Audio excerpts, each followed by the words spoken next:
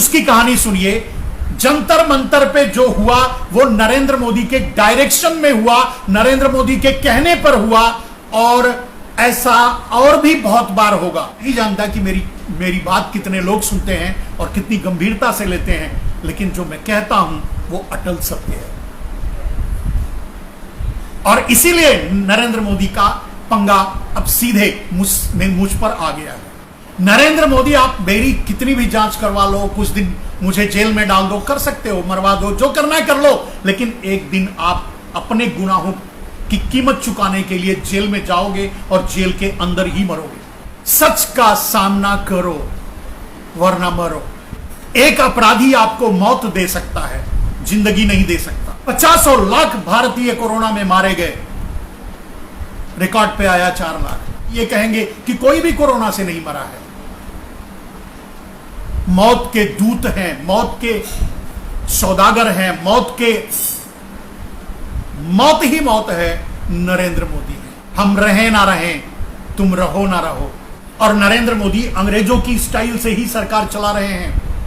और नरेंद्र मोदी के मंसूबे क्या हैं आप समझ लीजिए। जिस दिन ये आदमी राष्ट्रपति बनेगा, जिस दिन आजीवन अपने आप को राष्ट्रपति घोषित करेगा, ये देश कहां जाएगा। नरेंद्र मोदी ने कभी, तब से लेकर गलवान घाटी के हमले से लेकर आज तक CHIN, चीन शब्द भी का भी इस्तेमाल नहीं किया है। मेरे दोस्तों, इतने बड़े बहादुर हैं हमारे आपके प्रधानमंत्री यानी नरेंद्र दामोदर दास मोदी, कि चीन का नाम तक नहीं लिया है। जबकि रोज फोन पर बात होती होगी, भाई बाथरूम से लेकर बाहर तक सब जगह उनकी दोस्ती है, यानी शी जिनपिंग से। क्यों?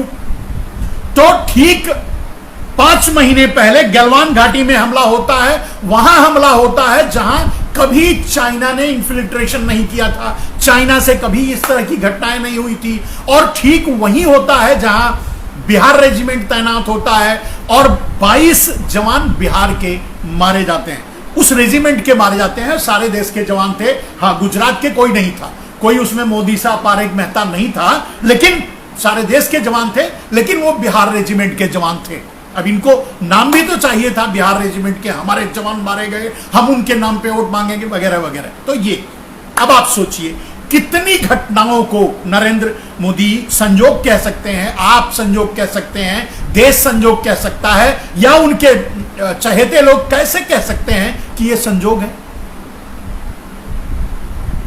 ये माफिया राज है, ये क्रिमिनलाइजेशन है, पॉलिटिक्स का क्रिमिनलाइजेशन है। मैंने कहा कि जब एक अपराधी किसी भी पद पे पहुंच जाता है, छोटी मोटी जगह पहुंच जाता है, तो अपराधीकरण कर देता है। जब एक अपराधी प्रधानमंत्री की गद्दी पर बैठेगा तो उस देश को क्या करेगा? माफिया राज। माफिया राज के और भी बहुत से उदाहरण आपको मैं दूंगा अभी, जिसको आप सुन करके सुन रह जाएंगे मेरे दोस्तों। तो गलवान घाटी के बाद दोस्तों अगला चुनाव आता है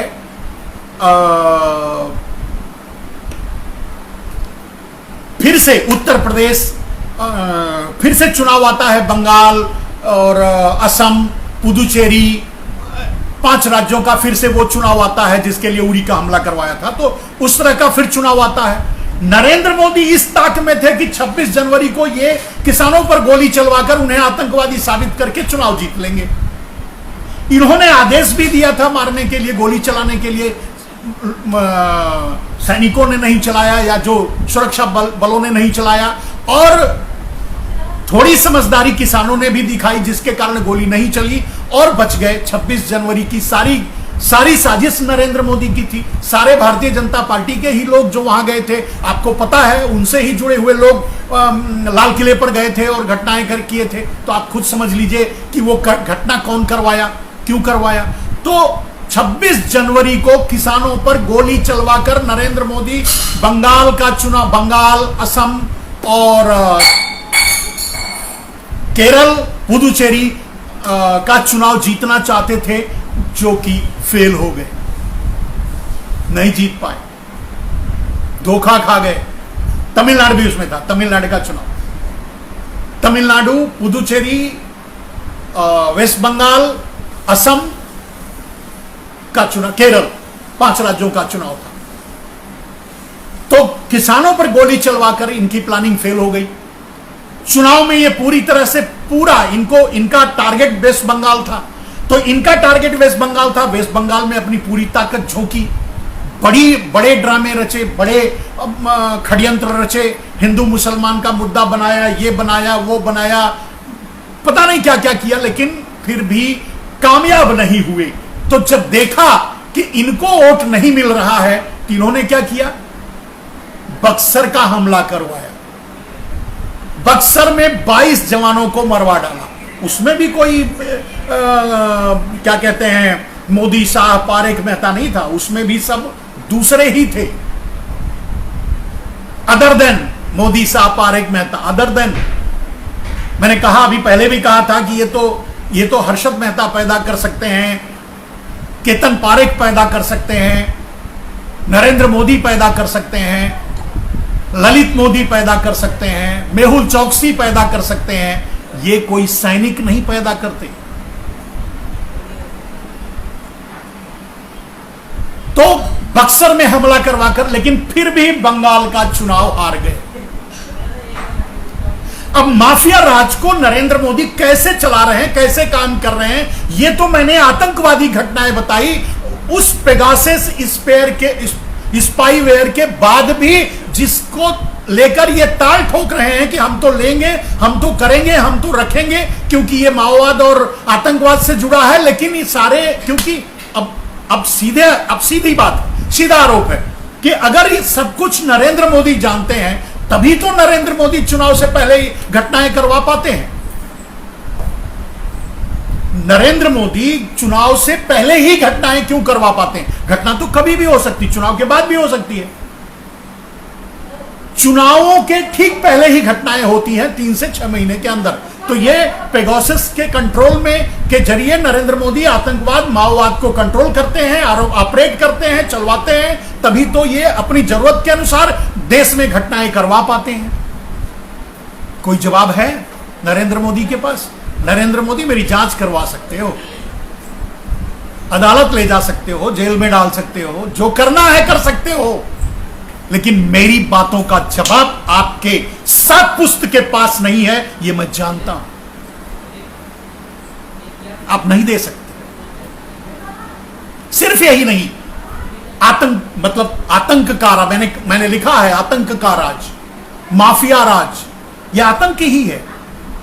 यह आतंक ही है मेरे दोस्त, आतंक का राज ही है कि हमारे हजारों किसान मारे जाते हैं। नरेंद्र मोदी उन किसानों को श्रद्धांजलि नहीं देने देते संसद में। नरेंद्र मोदी किसानों के मुद्दे पर बहस नहीं होने देते संसद में। यह आतंक राज नहीं है, यह माफिया राज नहीं है। सीधे सीधे देश को अडानी अंबानी को सौंपना चाहते हैं, लाइसेंस देते हैं, जमाखोरी का लाइसेंस देकर देश को यह बताते हैं कि हम एक अच्छा कानून लाए हैं जिससे देश का उद्धार, किसानों को 2 गुना दाम मिलेगा, किसान का दिन बदलेगा। अगर मैं कैसे बताऊं, कौन सा शब्द इस्तेमाल करूं नरेंद्र मोदी के लिए? अगर हिम्मत, 56 इंच का सीना है तो जवाब दो ना कि क्या सिर्फ भारत नहीं, दुनिया के किसी कोने में जमाखोरी का लाइसेंस देकर के कोई सरकार महंगाई पर कंट्रोल कर सकती है? महंगाई की जड़ ही जमाखोरी है और आप जमाखोरी का लाइसेंस दे रहे हो। पहला कानून, कृषि कानून का पहला अध्याय, और नरेंद्र मोदी कहते हैं हम तो सही कर रहे हैं। बात करने के लिए भी संसद में तैयार नहीं होते, गुंडागर्दी करते हैं।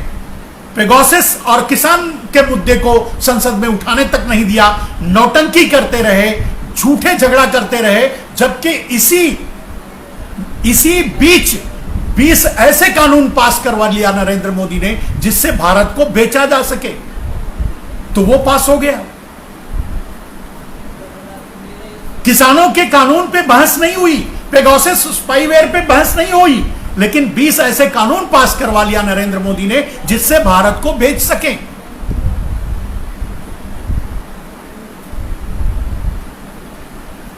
मेरे दोस्त, थोड़ा और आगे बढ़ लीजिए। इन्होंने किसानों के साथ किया, इन्होंने माफिया राज कायम करने के लिए कैसी कैसी घटनाएं करवाई हैं। नोटबंदी का बहाना ढूंढा, नोट लॉन्च किया 2000 का, काले धन को बताया कि 5 लाख करोड़ काला धन करेंसी में है और सारा काला धन आरबीआई में पहुंच गया। अब बिना नरेंद्र मोदी, बिना आरबीआई, बिना पीएमओ के अटैचमेंट के साथ के अलावा कैसे पहुंच सकता है?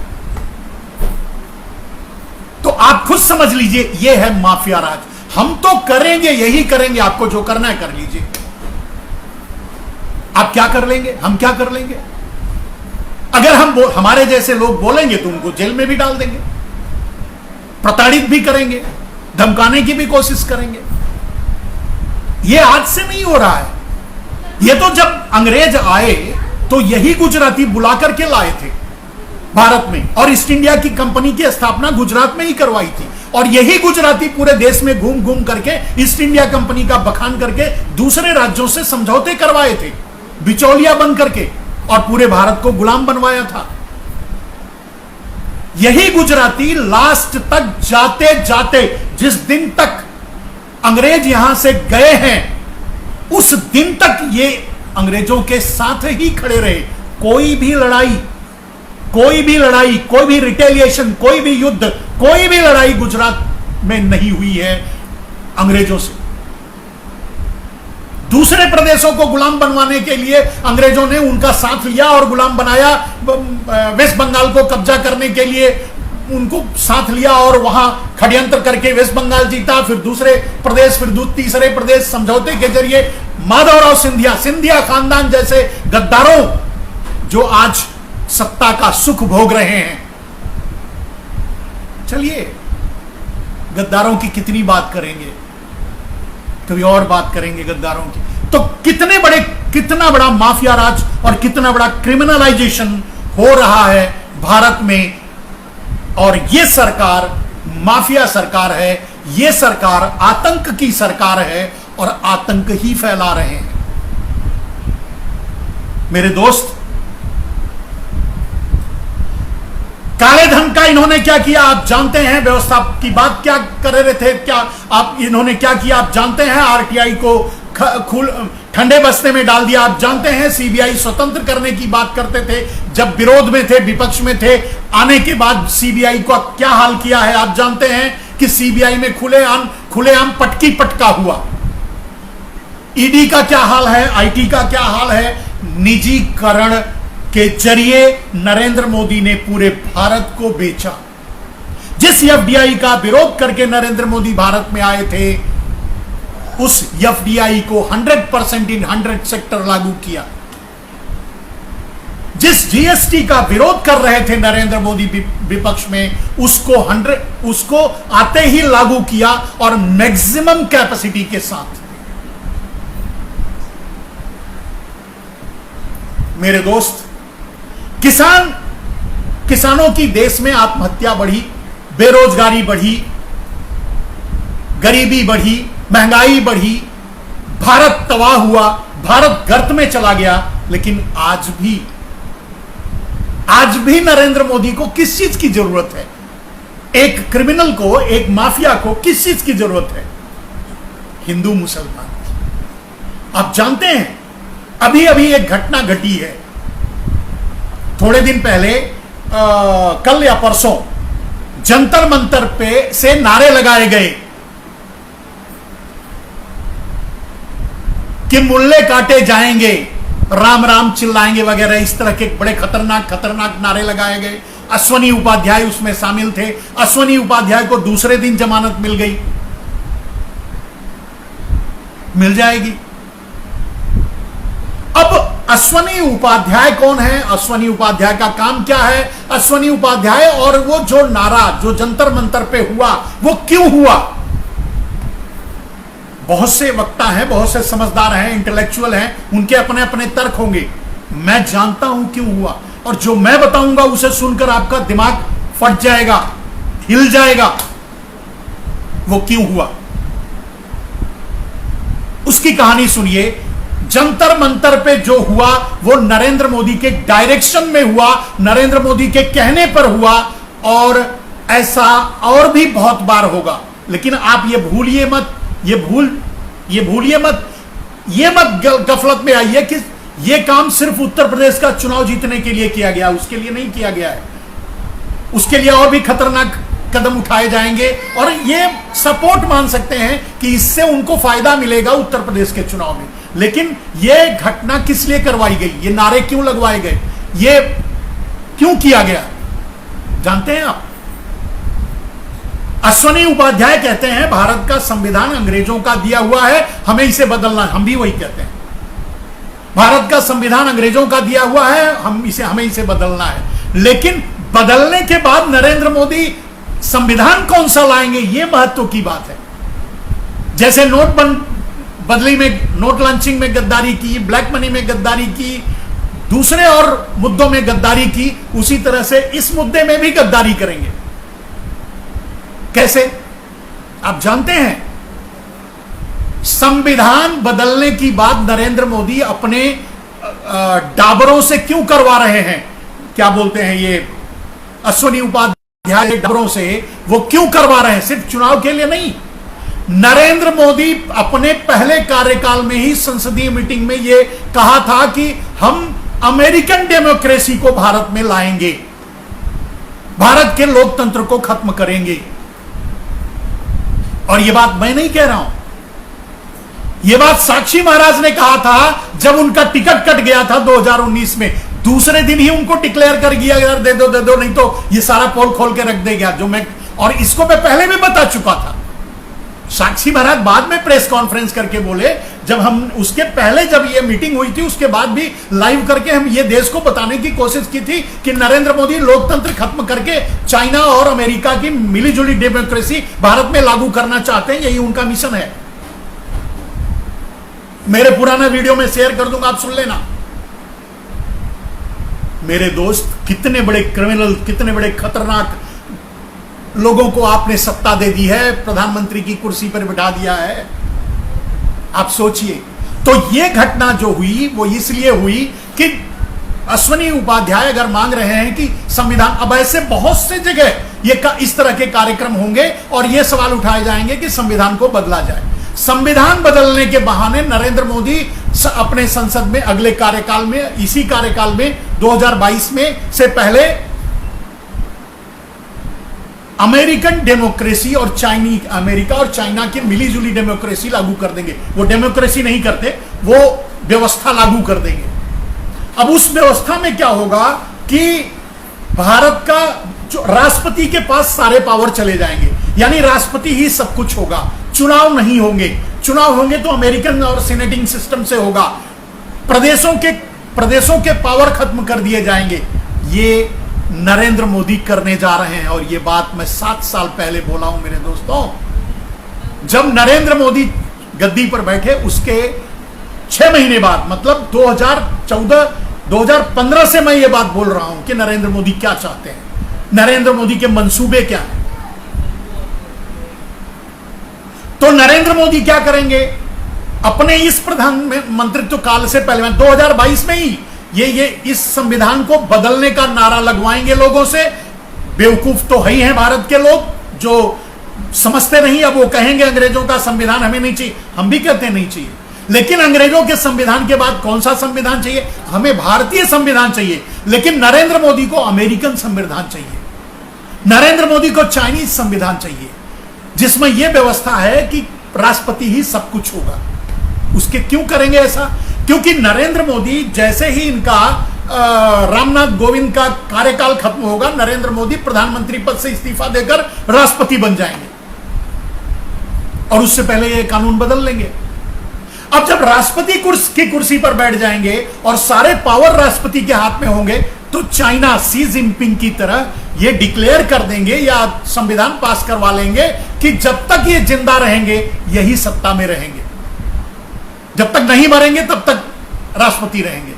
ये षड्यंत्र है नरेंद्र मोदी का और इसीलिए ये नारा लगवाया जा रहा है। आप लोग सोच रहे हो हिंदू मुसलमान करवाया जा रहा है, आप लोग सोच रहे हो कि चुनाव को लेकर ये फायदा वो कर रहे हैं, उसका फायदा वहां होगा। लेकिन इसके पीछे की साजिश एक क्रिमिनल प्रधानमंत्री, एक क्रिमिनल जो पॉलिटिशियन तो है ही नहीं है, एक अपराधी हैं, तो उनके अपराध की जो विजन जो है, उनका मंसूबा जो है, उसे पूरा करने के लिए नरेंद्र मोदी ये अगला कदम उठाएंगे। संसद की जरूरत ही नहीं रहेगी। आज संसद की क्या वैधानिकता है आप बताइए, संसद का क्या महत्व है आप बताइए। 20 कानून भारत को बेचने के लिए नरेंद्र मोदी पास करवा ले, संसद बैठा है, कुछ नहीं कर पाया। संसद में विपक्ष हाय तौबा करते रह गया, पूरे संसद के कार्यकाल में चिल्लाता रह गया किसान मुद्दा और पेगासस मुद्दा, नरेंद्र मोदी उस पर बहस नहीं होने दिए तो नहीं होने दिए। यानी आज भी संसद में लोकतंत्र नहीं है, मोदी तंत्र है, एक माफिया राज है। एक माफिया जब सत्ता में बैठता है, एक माफिया, एक क्रिमिनल जब सत्ता के शीर्ष पर बैठता है तो यही करता है, इसी तरह सरकार चलाता है। एक माफिया क्या करता है, अपने लिए अभेद्य सुरक्षा कवच तैयार करता है। जो उसके खिलाफ बोलेगा उसको मार डालेगा, जेल में डाल देगा, वहीं खत्म करवा देगा। कोई भी पूरा देश अगर एक साथ खड़ा होकर बोलेगा तो भी नहीं सुनेगा।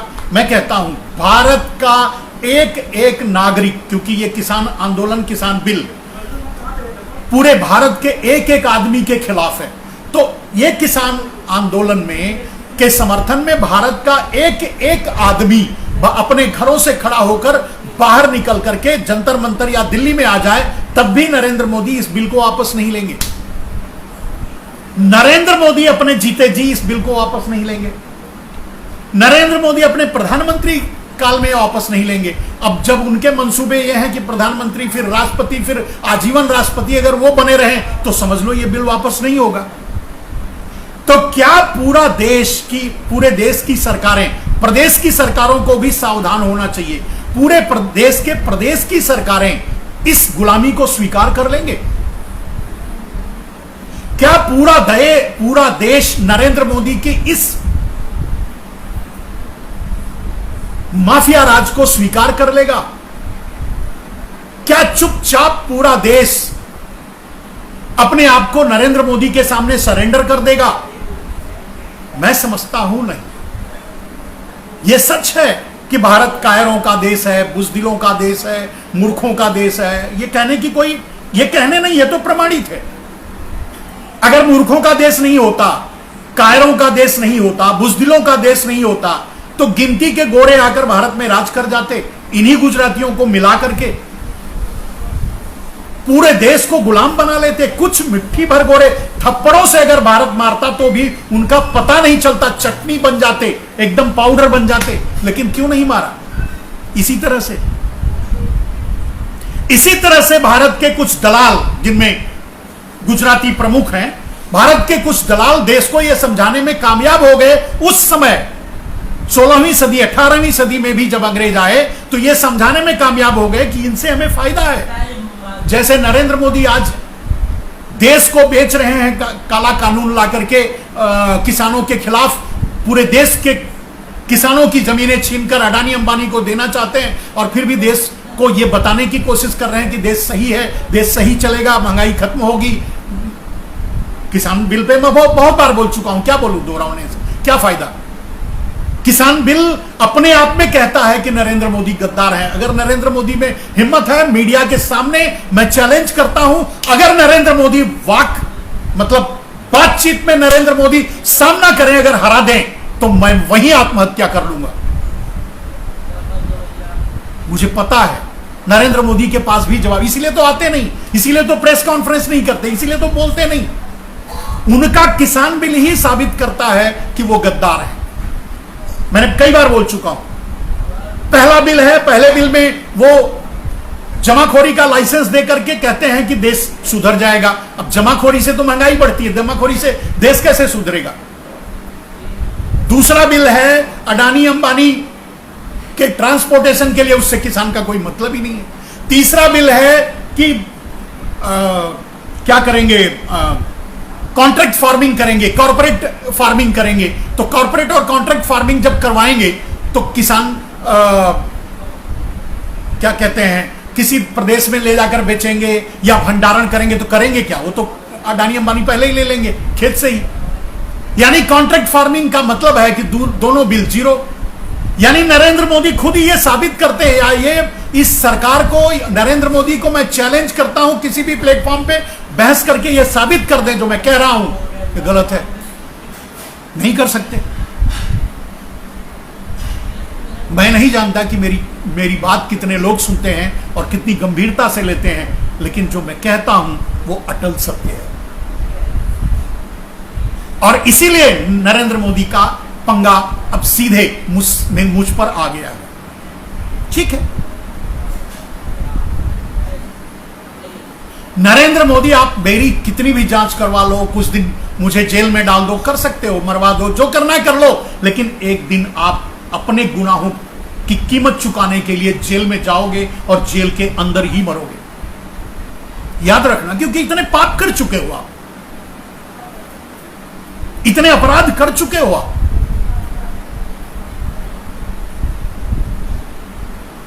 तो दोस्तों, अब दोनों चीजें, तीनों चीजें आपके सामने साफ हैं। और मैंने जो बार बार गुजरातवाद का मुद्दा उठाता हूं, मैं सारे गुजरातियों को गुनाहगार नहीं मानता, ना गलत मानता हूं, लेकिन जो गुनाहगार हैं, जो चोर हैं, जो कल्प्रिट हैं, जो देश के लुटेरे हैं, वो सब के सब गुजराती। मैंने अभी ये बात कहा ना कि गुजरात हर्षद मेहता दे सकता है, केतन पारेख दे सकता है, नरेंद्र मोदी दे सकता है, नीरव मोदी दे सकता है, ललित मोदी दे सकता है, मेहुल चौकसी दे सकता है, लेकिन गुजरात कभी भी अशफाकुल्ला खान नहीं दे सकता।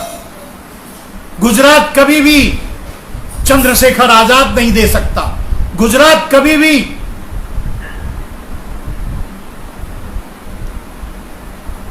मेरे दोस्त, दो नाम आप चाहे तो ले सकते हैं, सरदार पटेल का और महात्मा गांधी का।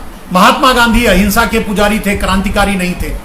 वो अहिंसा के पुजारी थे, उनकी राह अलग थी। पटेल क्रांतिकारी नहीं थे, ये बात नरेंद्र मोदी ज्ञान ज्योति की अपनी ही किताब में लिख करके दिया है, वो भी मेरे पास है, मैं कई बार शेयर कर चुका हूं। तो पटेल को तो नरेंद्र मोदी खुद ही क्रांतिकारी नहीं मानते। उनकी किताब लेकर पढ़ लो, वो लाइन आपको समझ में आ जाएगी। दोस्तों, सच का सामना करो वरना मरो। एक अपराधी आपको मौत दे सकता है, जिंदगी नहीं दे सकता। 50 लाख भारतीय कोरोना में मारे गए, रिकॉर्ड पे आया 4 लाख। लाखों भारतीय ऑक्सीजन की कमी से मारे गए, एक भी नाम नरेंद्र मोदी ने तो संसद में ही कह दिया कि कोई ऑक्सीजन की कमी से मरा ही नहीं। एक वक्त आएगा जब नरेंद्र मोदी ये कहेंगे कि कोई भी कोरोना से नहीं मरा है। मौत के दूत हैं, मौत के सौदागर हैं, मौत ही मौत है, नरेंद्र मोदी है। और जिस तरह से षड्यंत्र कर रहे हैं, जिस तरह से माफिया राज चला रहे हैं, मेरे दोस्तों, अगर आप चाहते हो, देश को बचाना चाहते हो तो बचा लो, वरना आपकी पीढ़ियां आप पर ही थूकेंगी।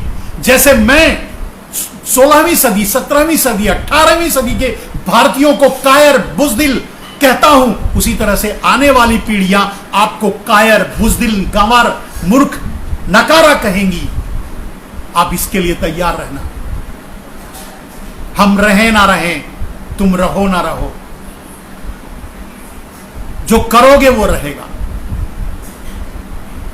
अंग्रेजों के जमाने में भी यही हुआ था।